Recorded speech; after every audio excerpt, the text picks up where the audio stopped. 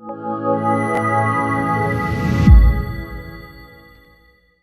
Traffic police लगातार शमन की कार्रवाई करती है। शमन की कार्रवाई करने के दो मुख्य कारण होते हैं। एक तो आपने जो चालान किया है उसके अंदर आपको एक आर्थिक रूप से आपको फाइन लगाया जाता है, परंतु उसका जो मुख्य हमारा मोटिव होता है वो ये होता है कि आप लोगों को आगे के लिए सचेत किया जाए ताकि वो दोबारा से नहीं दोहराया जाए। परंतु आज पिछले 6 महीने में हमने ऐसे लोगों की कुछ लिस्ट निकाली है जिन लोगों को के द्वारा बार बार रिपीटेड ऑफेंस किए गए हैं, जिनके द्वारा 5 से अधिक बार उनके ऊपर चालान हुआ है और कम से कम 2 तरीके के चालान उनके ऊपर हुए हैं। ऐसे 5,691 लोगों का लाइसेंस सस्पेंड करने के लिए हमने जो डीटीओ कार्यालय है उनको अनुशंसा की है।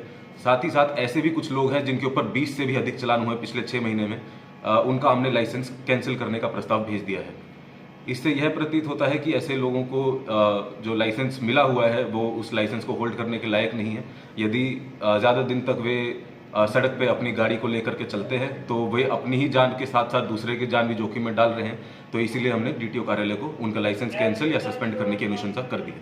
सर, क्या आपने टाइम फ्रेम में रखा है कितने दिनों के अंदर अगर एक बार चालान कट जाता है तो एक सामान्य आदमी को फाइन जो है वो कर देना चाहिए? देखिए, नहीं, उसके अंदर चालान भरने या नहीं भरने से हमारा कोई इसके अंदर कैटेगराइजेशन नहीं है। यदि आपका चालान कटा है और वो सही तरीके से कटा है तो इसका मतलब आपने उसका नियम का उल्लंघन किया है। इसका मतलब ये नहीं है कि आप अपनी मनमर्जी से 20 चालान पहले कटवा लीजिए और उसके बाद उसका फाइन आप भर दीजिए।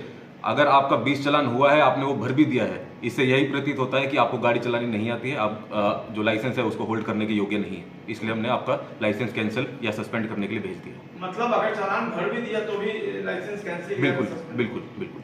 उसे यही अपील है कि हमारा किसी भी तरीके का ये मोटिव नहीं है कि आप लोगों को किसी प्रकार की आर्थिक क्षति पहुंचाई जाए। हमारा मुख्य मोटिव ये है कि आप लोग नियमों का पालन करें ताकि आप लोगों का, आपके परिवार का, अन्य लोगों का जो है जान का खतरा किसी के ऊपर नहीं बना रहे।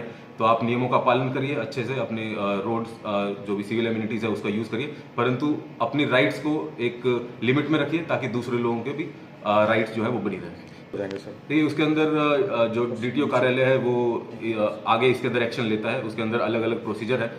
वो अपने लेवल से उसके अंदर यदि कोई मेजर ऑफेंस नहीं है तो उसके अंदर उनकी काउंसलिंग की जाती है।